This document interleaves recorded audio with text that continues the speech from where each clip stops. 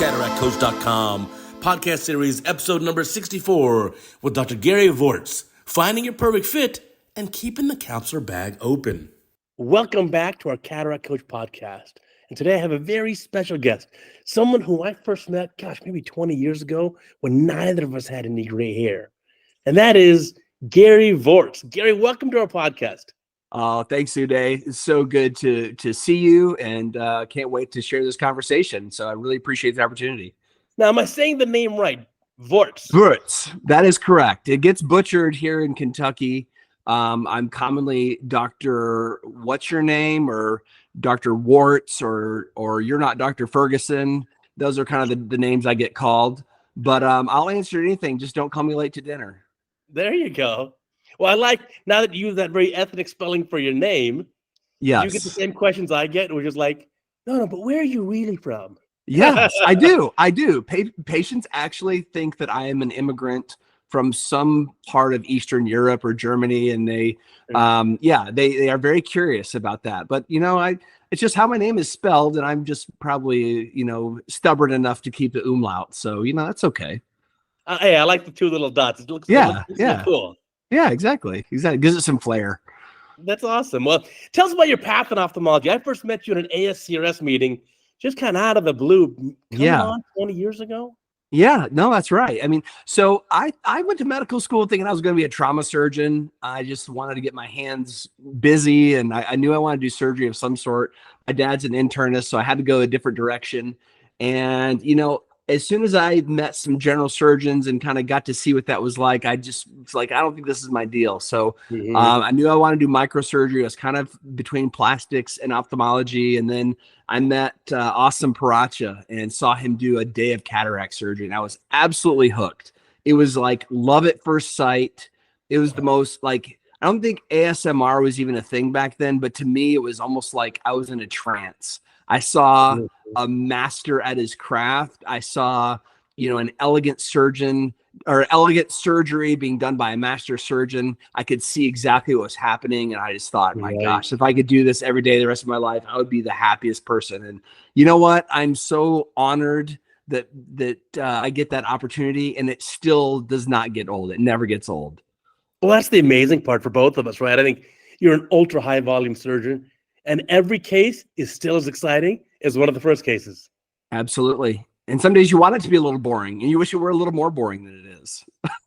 Right. After a certain age, we would say after age 50, I kind of like the routine cases. Yeah, exactly. In fact, there's a long-standing tradition when the new young partner joins the practice who's like 33 years old. That's where all the 10 out of 10 difficulty cases go.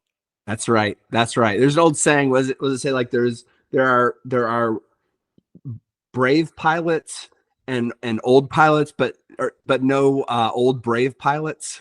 Right. It's kind of like, there are brave refractive surgeons and old refractive surgeons, but no old brave refractive surgeons. Maybe something along those lines.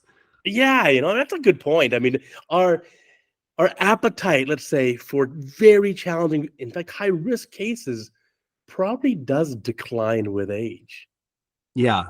But also, you've got some tricks up your sleeve. Right. And sometimes the things that are complex, they stimulate your mind. And as long as you're not knee deep in 30 more cases, those can be fun. My partner sort of calls them surgical adventures. He doesn't mind doing the Yamani technique cases or the, bad zonule cases every now and again. But I think you got to plan for them. It's just when they catch you by surprise, that's when it's a little tough. Yeah. No, I agree with you. If I know if it's a very tough case and I add it on to the end of my day and there's nothing to follow, that's a different story than, like you said, finding out like in the middle of your lineup, surprise, the patient forgot to tell you about his or her car accident and the airbag injury. Yeah. Well, the other day, I'm doing cases, and this 25-year-old patient comes in, severe rheumatologic issues. So we've been on steroids, and she had a retinal detachment, and it would never really healed. So she had a chronic RD in the other eye. So basically monocular. Oh boy. And from steroid use, she had a white cataract, just absolutely white, but you knew it was going to be liquid. Mm-hmm. So what was very interesting about this case was I actually went in and just did I just sort of did 2 paracenteses, made a small little micro rexus, and Mm-hmm. almost took out the entire cataract just with IA aspiration Nice. because it was all liquid, and then Yeah. filled the bag up. It had to cut the rexus because there was fibrotic areas of the Mm. capsule I couldn't tear. And, it was really interesting because for the staff, we see these things every now and again. She walked in being led in by the hand or Right. wheeled in. She couldn't ambulate. And in post-op, she was telling the staff that she hadn't seen her baby in a year and a half, Oh my goodness. and how excited she was to be able to finally see, because she's seeing right after surgery. She's Well, talking about. hopefully she thought the baby was cute. Well, I That's assume so. We didn't see that actual interaction, but I go out there and everyone's crying. I mean, my yeah, it's staff is amazing. crying. Like they're like this. They're like, Dr. Wörtz, this really drives home what we do. Yeah. This lady's going to go home and see her child for the first time in a year and a half, and it just like makes you choke up. We're Mm. delivering miracles at scale. Sometimes you don't really sit back and think about it, but it's crazy what we get to do. Yeah, especially with cataract. I mean, all of ophthalmology is amazing, but cataract for me as well was my first love. I switched in med school. I wasn't going to do ophthalmology. I was doing something else. I switched in my 4th year med school, the last minute ophthalmology, only because I happened to see a white cataract surgery being done. Really? And the same thing where the patient's like mind blown. Yeah. They literally walk in, or Yeah. they can't even walk in, and they can leave the hospital under their own power. And it is really a strange thing. Yeah. When you think about how much impact you can have on someone in a 10 to 15 minute procedure. Right. It's crazy. It's just it never gets old, honestly, just thinking about, those patients. So Yeah. yeah. Tell me about your path in ophthalmology. You Yeah. were before settling where you are now. Yeah. You had a little bit of an adventure. Oh my gosh, Uday, it's been an adventure for sure. So, I think one of the troubles with being, an ophthalmologist is it's really hard to get in, right? So once you get in, you sort of think, well, if I could do this, I mean, I can do anything, right? I mean, I've done the hardest thing already. I got into ophthalmology residency. I passed my boards. I feel like I'm pretty capable of quick study at whatever I need to do. So, the problem with that is sometimes you don't know what you don't know, that black box of unknown. And so when I was finishing my residency, I got this opportunity with a high salary to go start a practice in a rural area in Kentucky. And I just thought to myself, well, what better way to serve the state, to make some money, pay off some debts, and be my own boss. I've been chief resident. How much harder can it be to start a practice? And so so I decided just after I didn't do a fellowship. I just finished my chief year, which was, PGY 4. And the next day I went out and started practicing in Lebanon, Kentucky. If anyone ever has drank Maker's Mark, that's where Maker's Mark is basically distilled. It's Loretto, Kentucky, but it's like 10 minutes away.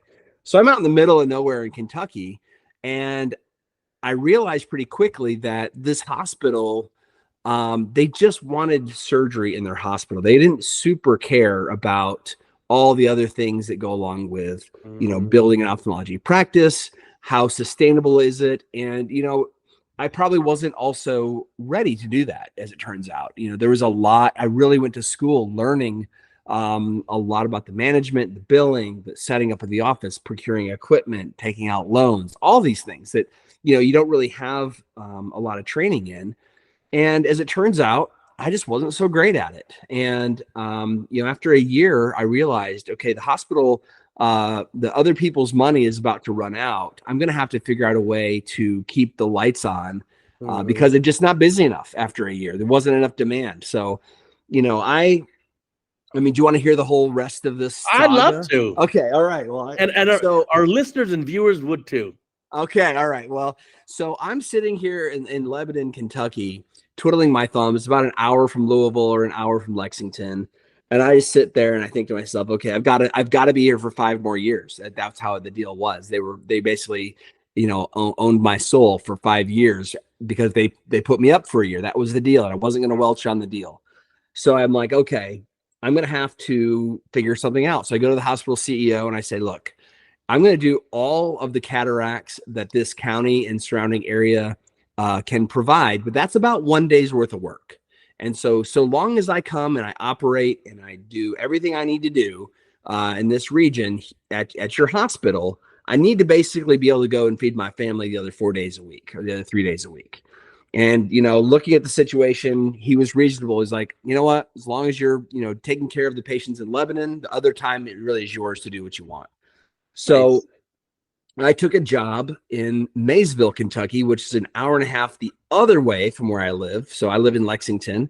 So I go up there and I'm working with a medical ophthalmologist who had a surgeon who retired.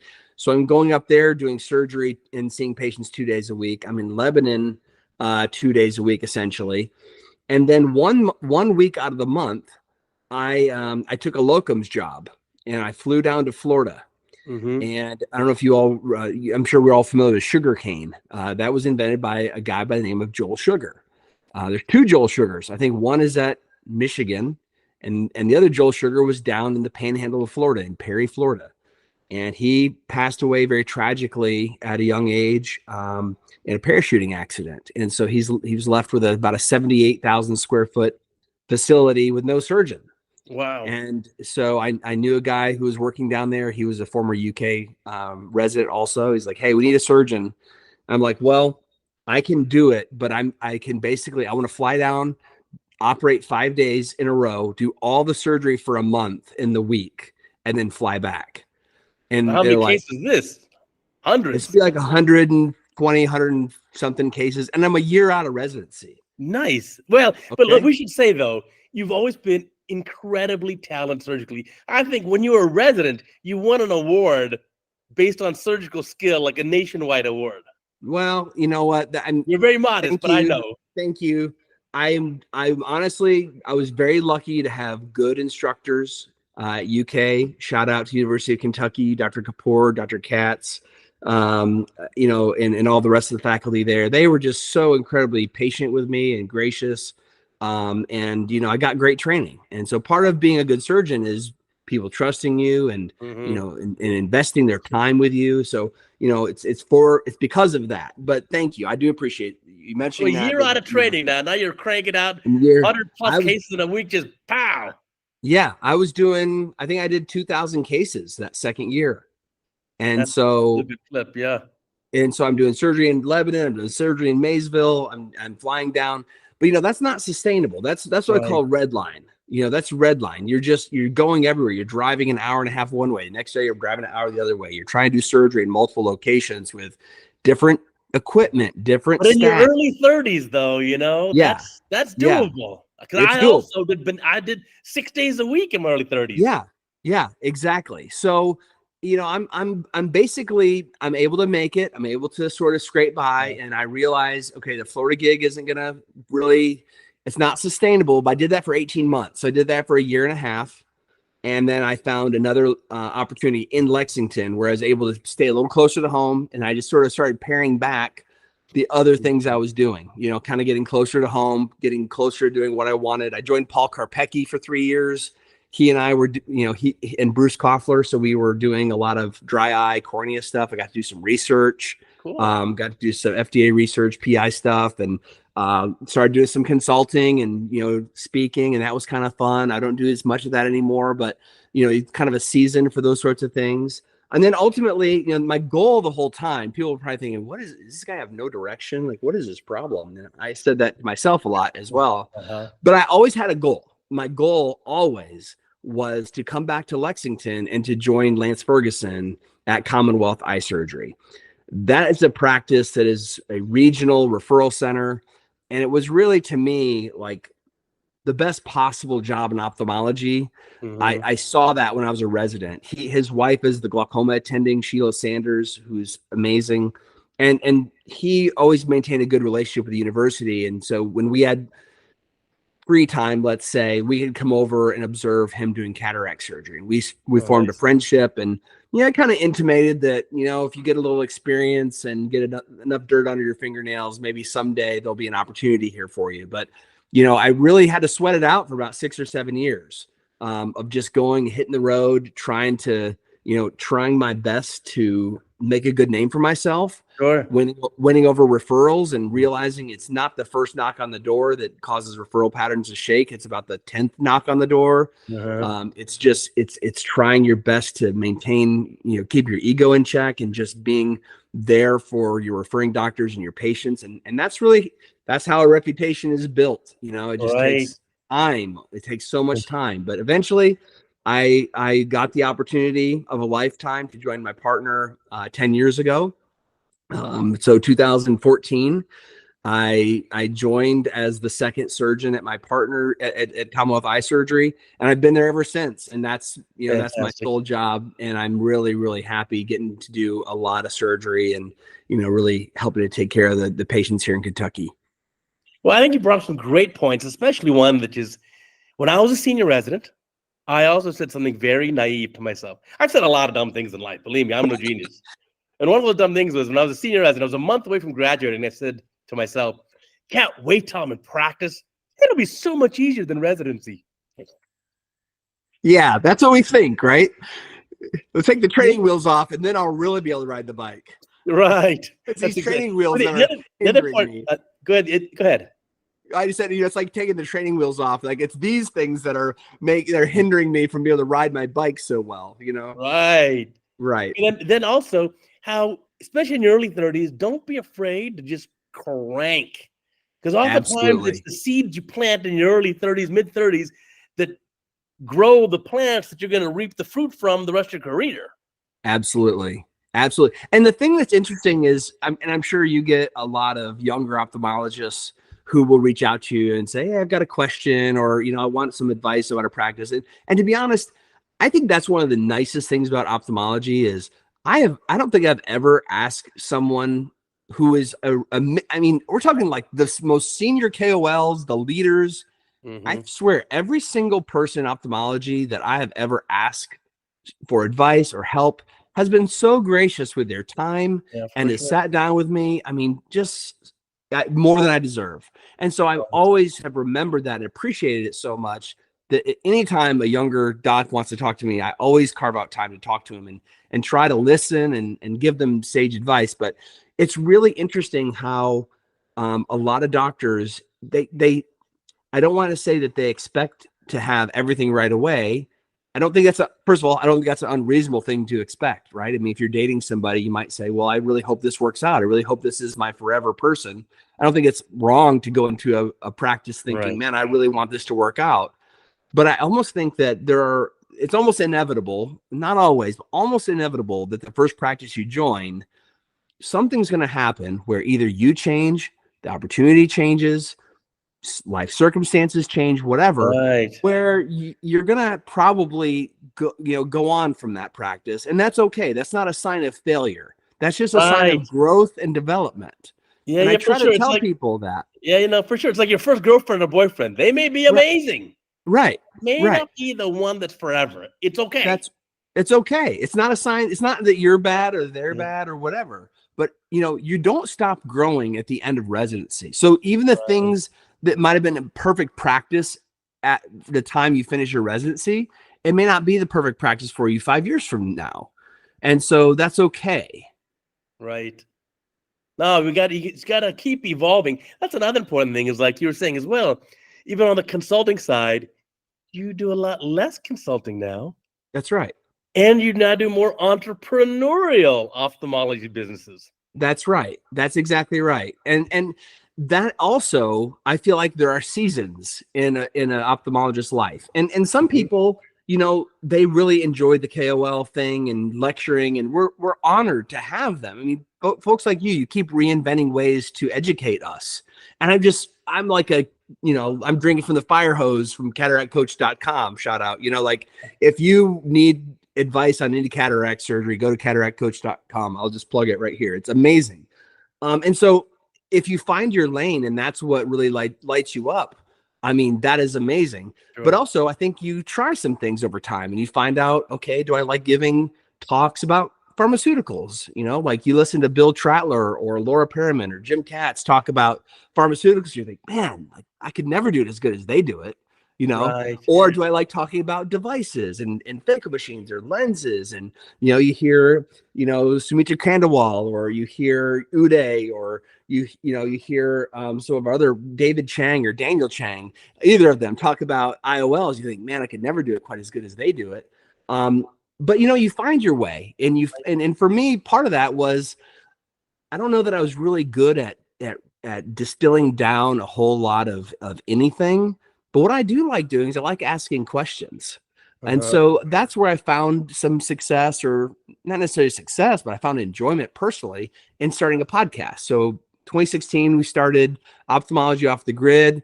You know, got to interview a lot of people over the years, and I got to learn, you know, right I've been from the on it. I had a great time on it. Exactly. I think twice. Exactly. And I loved having you on. So it was a real honor. So that was really fun to do. And that was sort of a new thing back in 2016. But beyond that, yeah, I've started a couple of companies. One is Omega Ophthalmics, and we are still very excited about that technology. I also started a company with Priya Gupta called Arcuate Innovations, where we have a formula for astigmatism correction below a diopter. So we don't want to do arcs for, if you can do a toric, we think you should always do a toric lens. I'm with you. But if you can't do a toric and you still have a little astigmatism, let's find a way to safely correct smaller amounts of astigmatism. And that's where the LRICalc.com came into play. So yeah. Awesome. Now tell us more about Omega Ophthalmics. You got a lot of intellectual property and patents here. Yeah, we've got over 80 patents and more pending. So that's been a huge amount of work, but it's been a labor of love. And, you know, John Berdahl, a good friend of mine and good friend of, you know, the ophthalmology in general, you know, one of the most amazing guys you'll ever meet. You know, he said, I early on back in the day, I asked him, I said, I got this idea. He's like, well, sleep on it for a couple of nights. He goes, if you can't not do it, then do it. But like, if you wake up in a couple days from now, you think, I don't know, this is not the greatest idea. He's like, you know, it's like sleep on it a couple nights and see if it keeps you up. And this is just one of those ideas that just kind of kept me up at night. And the idea essentially is, there's a major problem. There's a major issue with every cataract surgery. That's such a problem. We don't even see it as a problem because we've accepted it as a reality. And that problem is the capsule collapses after cataract surgery. Right. I don't believe that the human lens capsule was ever supposed to collapse, right? And when it does collapse, what happens? It changes tissue structure. It changes from this nice, clear, elastic bag to this fibrotic tissue. It actually changes. It's called mesenchymal epithelial transformation. When the anterior and posterior leaflets touch, it starts fibrosing. And what does that do? Well, that ultimately can cause, you know, PCO, anterior capsular opacification, phimosis. But what it does is we have that beautiful inert space, and that potential space is lost forever because it envelops and encapsulates an IOL. Right. So my thought was, well, what if we could put a stent in there, kind of like a coronary artery? You put a stent in and you kind of regain the function of that artery. What if we put a stent like a donut inside of the capsule, and instead of basically giving up the capsular space, maintaining that space? And by doing so, we have the opportunity to innovate inside of an inert space where we have never been able to before. So you think about things like drug delivery. Well, the biggest problem with drug delivery is not the drug chemistry. It's where do you put the darn drug? Right. You put it in the anterior chamber, just let it float around. Well, that's one idea. Do you put it subconj? Well, that can cause issues. We know about, you know, subtenons and conjunctival drug delivery, not the greatest. You put it in the angle, you know, that's what Glaukos is doing, and I applaud what they're doing. I think it's innovative. But ultimately, if I had to put drug, I may not want to put it in the angle, but I think it's okay what they're doing. Do you want to put it in the capsule? If you do, and you let the capsule collapse, well, how are you going to refill it? So you put it in the vitreous. Well, then now you've got retinal issues, you got floaters, you know, et cetera. So what if you could put it behind the iris in the periphery of the capsular bag, but not interfering with the central 6 millimeters? And, you know, we have enough volume in our device to put the equivalent of 70 years worth of Durista just in the annulus of our device. Okay. So we could treat a patient for 70 years without ever having to refill that device. Now, there's some drug Incredible. chemistry things, obviously, they have to work out. And I'm just saying in theory here. Yeah. So beyond that, though, we know when we talk to a patient, none of them are really ready to make a decision about a lens until after surgery, because they don't know what it's really going to be like until they've tried it. And we get the occasional, I'm not saying it's everyone, maybe 1 or 2% of patients where there's a mismatch between their brain or their eye and the IOL, right? So every lens we put in, we know there's a chance one of those lenses is coming out. Right. And with the capsular collapse syndrome is what I'm calling it, it's a time thing. Within 6 months, you've got a good shot at getting the lens out with really not much issue. But we're seeing patients a year, 2 years, 3 years down the road becomes more challenging, right? Less surgeons really want to do it because you have the collapse. We've done trials where we can take a lens out 2 years like it was put in yesterday. Right, because your stent's keeping the bag open. Exactly. There's no fibrosis. Just switch it out. So we see that we kind of think about that application of our device more like a seatbelt. We're not saying that everybody is going to need a lens exchange. Not a huge market for lens exchange, but not a huge market for car crashes. But every time you roll out of your driveway, you're probably putting a seatbelt on because in the event that something happens that you're not expecting, you're protected. And that's where we look at this idea of we should probably have every lens be exchangeable if need be, knowing that most of them are not going to ever need to be exchanged. So we're really looking at this device as a platform technology for both drug delivery, upgradable, exchangeable lenses, and then future applications that we can't even dream about right now. But who thought about ChatGPT 5 years ago, right? But maybe we can put a pressure sensor in there. Maybe we can have other devices in there that actually can enhance human vision for low vision potential or other things. So we really are excited about it. There's a lot of momentum right now. I can't really get into, but we are really excited about what the next probably 6 to 12 months are going to bring for Omega. Well, that is so exciting and so interesting. You have to think of it in a different term. I mean, I know from my work with the LensGen Juvene. Right. 9 years ago, 2015, I did the first human implantations, and that's a big lens in 2 parts that keeps the bag fully open. Right. 9 years later, it's a 0 PCO rate. Right. So just that insight alone, the human lens capsule should not collapse. Right. Whether you're doing accommodating IOLs or anything, we don't need to give up that space. It's too precious. And weird things happen to the capsule that we shouldn't accept as normal. Right. Right. Well, I see a huge market for this. It's a fantastic idea. That is brilliant. See? All that long driving from across Kentucky. Right.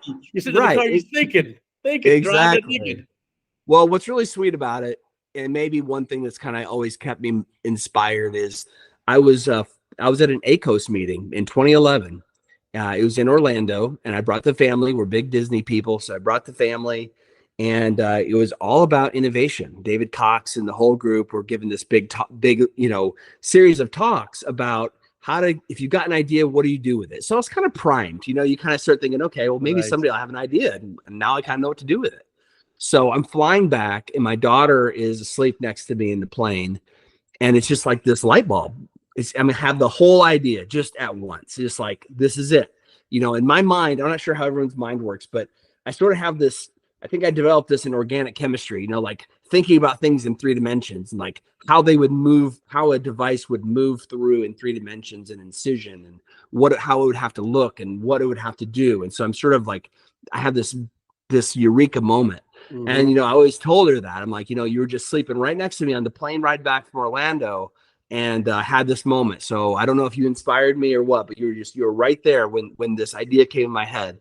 And, this year I was able to give her, she's in optometry school at Ohio State. She just finished her first year of optometry school. Awesome. I was able to give her white coat at the white coat ceremony just a couple of weeks ago. So she's, I guess somehow it's rubbed off, and she's going to, maybe I can recruit her someday to join the family business. So, but it's been a labor of love. It's something that I'm super excited about. I've never lost my passion for it. And I'm really excited about the future. I'm also excited that my family is kind of wanting to maybe some way join the family biz. Oh, that's fantastic. Well, Yeah. another important point is I struggled in my early, mid, even late 30s in finding a good family work life balance. I was terrible at it. And now It's you not see now easy. you got a daughter who's in optometry school, your son's off at university. You're like, Yep. Sons of Wake you're glad you Forest. enjoyed when you did. Well, that's the other thing, man. I mean, my wife and I this year are celebrating our 25th wedding anniversary. I'm 46. So do the math. I was 21 when we got married. Wow. And so we got married right before medical school. We had kids, second year and fourth year medical school. So in many ways, my kids have just grown up with me, as I'm trying to grow up, they're growing up right next to me. And so, Right. if, this is kind of their second run through university and medical school / optometry school, right? Like Peyton would be sitting there studying with me while I was studying, studying for my boards, and she was in like third grade. That's So so I was cool. helping her with her algebra. I was helping her with her math, and I'm studying for boards. It's crazy. But yeah, work That's life amazing. balance is, what I always just said is the only way I stayed balanced was I just kept spinning like a top. It was a centrifugal force that kept me upright. I just didn't stop moving. So what's next for you? So obviously you're doing great things with Commonwealth Eye Surgery, keeping Yeah. busy there surgically. You got Omega Ophthalmics going. You've got what else is keeping you busy? Because now that your kids are adults and on their own. Yeah. Well, I'm probably just trying to fight the neurotic voices in my head to say that you haven't done enough. Right. It's just hard. I think I think we're all like when, that though. Yeah. you know, you'll never be good enough. You're never enough. You got to do more. You got to do more. You need more. And I'm trying That's to, we're all like that. right. The problem is to get to a certain point in your life, you have to be very motivated and you have to be on that grind. You're always grinding, always trying to look for the next opportunity. But the problem with that is, at some point you get there. And once you get there, that strategy no longer is really good at keeping you happy. Right. That strategy is good Yeah. it's very motivating to get you kind of up the hill. But once you're kind of there, you got to start looking around and thinking why did I do all this? What's really important to me? Is it doing 1,000 more cataract surgeries a year? Or is it investing in the people around me? Is it trying to figure out how to slow down a little bit? Is it figuring out that life is more than just my work? And what is that more? I'm still trying to figure that out. But I don't I know have, either. right? It's hard because we've poured so much of our souls into this that it is really difficult at some point to say, okay, what if I do want to slow down? Is that wrong? If I want to work 2 days a week, is that wrong to do that? If I want to, take more time for my family and travel and those sorts of things, does that mean I'm, wasting the things that I've developed? And so I'm trying to read more. I'm trying to be more introspective. I'm playing the Mhm. guitar a little bit. I'm, trying to work out more. We share that interest of, trying to, take care of ourselves. So I'm trying to do that. And ultimately I'm trying, this probably sounds really lame. And to anybody, who would look up to someone in our status or our category, it probably seems lame, but I'm trying to just realize that, I'm not a human doing, I'm a human being. And sometimes just being is okay. Just being alone with my thoughts is Right. okay. I don't have to think about the Yeah. next surgery center, the next whatever. I just want to figure out how to be really good with where I'm at.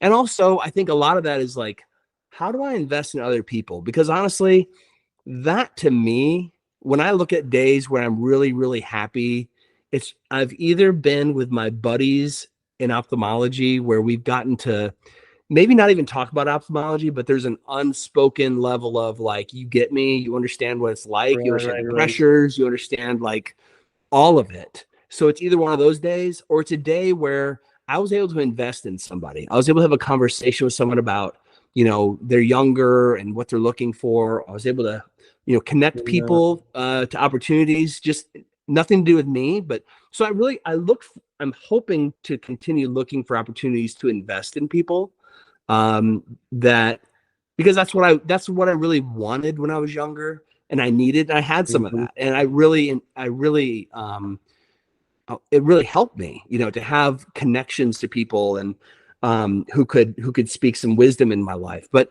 a lot of it is honestly just realizing that I don't have to keep up the pace to be anything. I'm okay. It's okay if I decide whatever I want to do, I can kind of own that. And just Wow. kind of sit with that a little bit. I mean, I admire that because I'm not at that point. I'm just working so hard and doing so much, and then it's like I can't even stop. Right. I'm on the train now, and I can't get off the train. It's hard, man. It's hard. And But the ahead. only thing in my life that's kind of gotten me where I am is I've never been the smart kid in the class, but I'm the donkey who can work really hard. So give me an incredibly difficult assignment that no one else wants to do. I will Right. do it. Make a new video every day for 2,200 days in a row. Never during a wildfire. Start it during a wildfire. Right. Okay, I'll do it. Right. That's all I know is how to work hard. Exactly. And so there's so much value in that, right? Because think about all the lives you've touched. Sometimes I'm like burned out. I'm like, when you're saying all this, I'm like, you said human doing, human being. It's okay for me to just be instead of having to go do, go, run. Right. Right. Because at the end of our lives, we're going to look back and we're going to, we'll have some sort of assessment. And I think part of it we'll be really, really proud of ourselves, hopefully. Right. We'll be able to look at all of the patients we've taken care of and all of I always think about the staff that I get to work with. I don't want to say that I get to work with me. I get to work with them. I love working with them. I love going to work and, joking around with them and, connect with them. And hopefully my life, when I look back on it, I will have felt on some level that I've done a good job being a good person to the people that I work with, and that I've been compassionate to my patients, and I've done a really, really good job. Right. And that maybe in some way, I left ophthalmology better than I found it. Honestly, Omega Ophthalmics, you know what? I understand it's an investment, and there is a whole part of a startup and a venture where you want your investors to make a return. And honestly, if anything keeps me up at night, it's really that. I really, got a lot of friends who have real money in this, and that's they bet on stress. Me. That's stress, buddy. And I can never let them down. So if I'm tired, it doesn't matter. I got to grind. For me, on that level, I have to. There's no question. But for me, it really is not about the money. And I don't mean this in any sort of way. Money is a great tool, but that's what it is. It's not the goal. It's a tool. Money is a tool. What I really want for Omega is I want to be able to use it. I want to be able to help ophthalmology in some way, shape, or form, this profession that's given me everything. I'm almost getting emotional about it, but this profession that's given me everything. I just want to be able to give one little thing back, to be this. Awesome. Hopefully I had this insight and I worked really hard. And I was really trying to not just for me, not about my ego or the money, but I want patients to be able to have this because I know it will make an impact. And so for me, it's a passion project. And the definition of passion? Suffering. If you look up the definition, right? The definition of passion, the passion of the Christ, means the suffering of Christ. Yeah. So when you have a passion project, what that means is you're willing to suffer to see it to fruition. Oh, yeah. Right? Oof. So I know you feel that because it's not all the glory of it. There's a lot of stuff that goes on underneath, right? Where you're sort of, people don't see that. Well, it's the input versus the output. People see the output. They don't understand how much huge mountains of input went into achieving that output. Right. People are like, I want to be a cataract coach. Do you really? Please take it. I'm the hospital. I need a break. Someone, let me recruit someone to do a month or 2 or 6 for me. Right. Stand in. Cataract assistant coach. Well, hey, sometimes you need it. You need someone else to take over. I'm Yeah. not opposed to it. No, that's great. I would love to tell you about what I'm excited about Tell the me. future.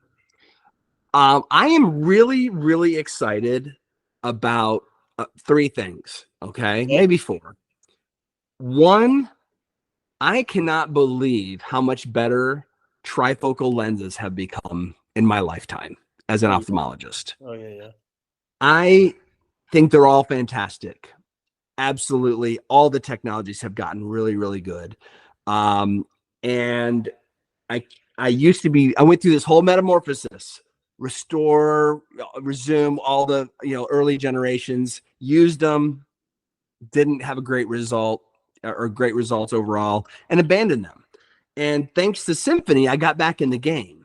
And Symphony sort of was like, okay, you actually have good quality of vision. There's some spider webs, whatever, but I kind of got back in the game.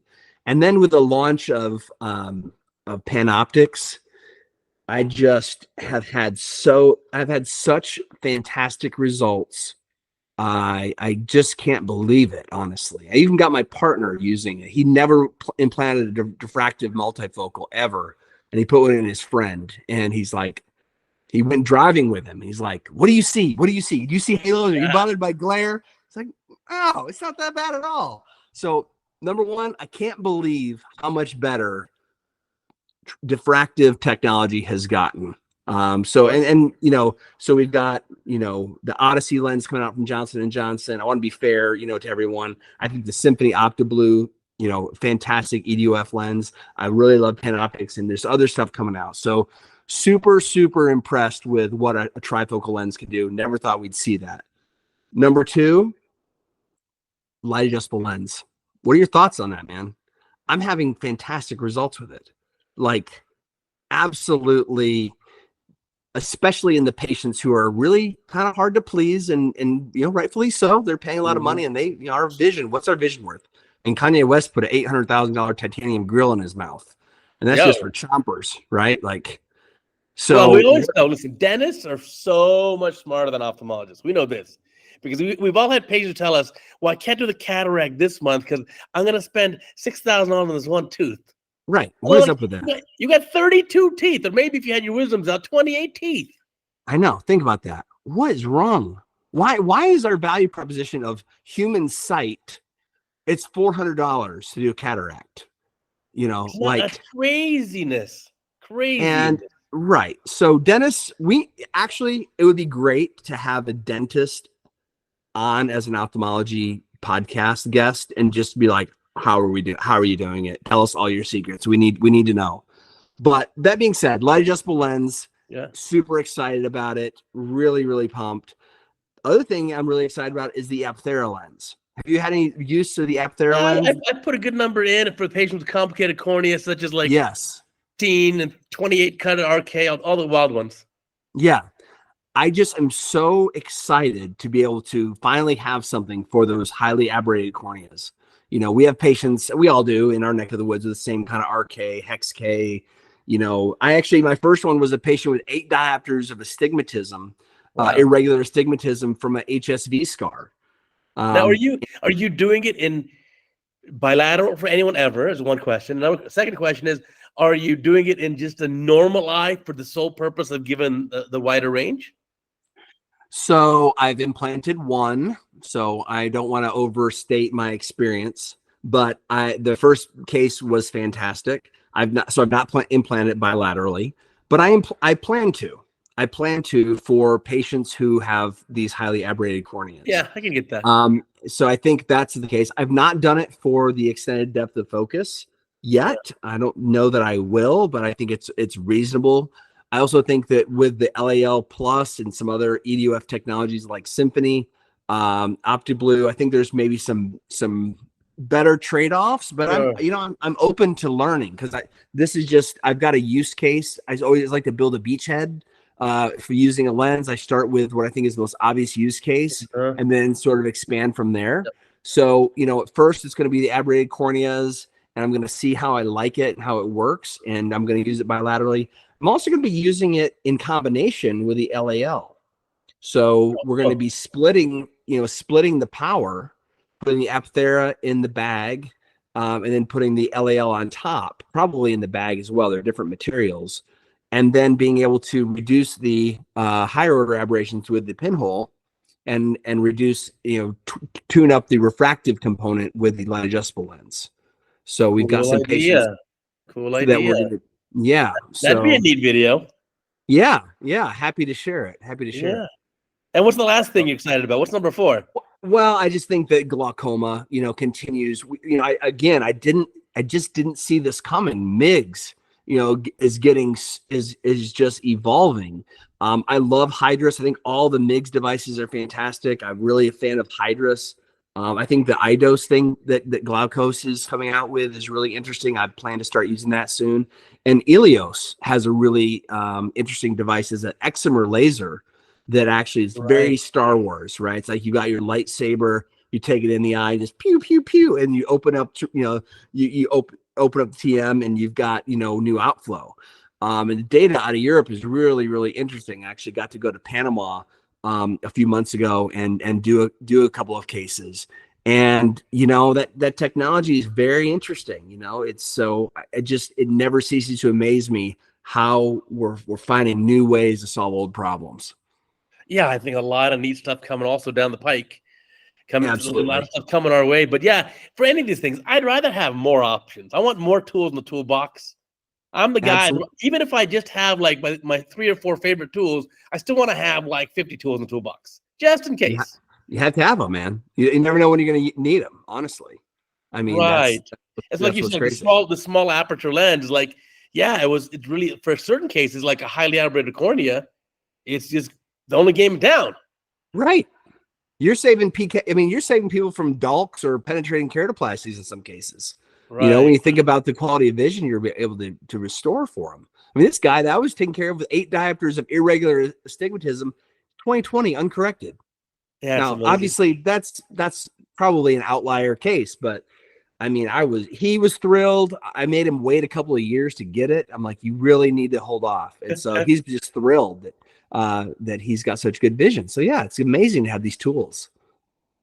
Yeah. The more tools, the better. Because obviously our ultimate goal is to tailor the surgery to the specific patient and that specific eye. And then the more tools we got, the better we're able to achieve that. Right. Someday we're going to be either like 3D printing lenses in the OR at the time of surgery based on, intraoperative aberrometry, or we're going to have, more advanced, every lens will be adjustable in the future. We'll probably you'll probably have robotic surgery at some point where, it's already coming. That's coming. That's, pretty much already here.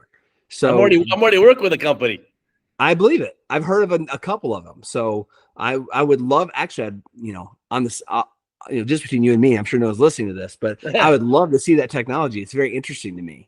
I worry a little bit about our job security, but you know what? We always have to think about the bigger picture. Cataract surgery, cataracts are the #1 cause of reversible blindness in the world. Right. There is no shame in trying to scale that technology so that people around the world don't have to be blind. Right.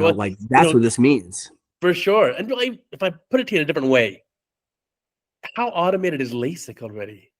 Yeah. You get the patient, femtosecond laser makes your flap. What do you actually do? You lift the flap. Okay. The excimer does the entire ablation. What do you do now? You put the flap down, you squirt some PSS on. That's easily automated. No, what I do is I tell the patient, you're going to feel a little pressure. All right, here, vision's going to black out. All right.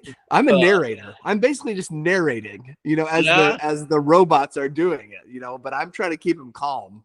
So, I guess if I've got that skill, it will translate as the robots continue to take over for us.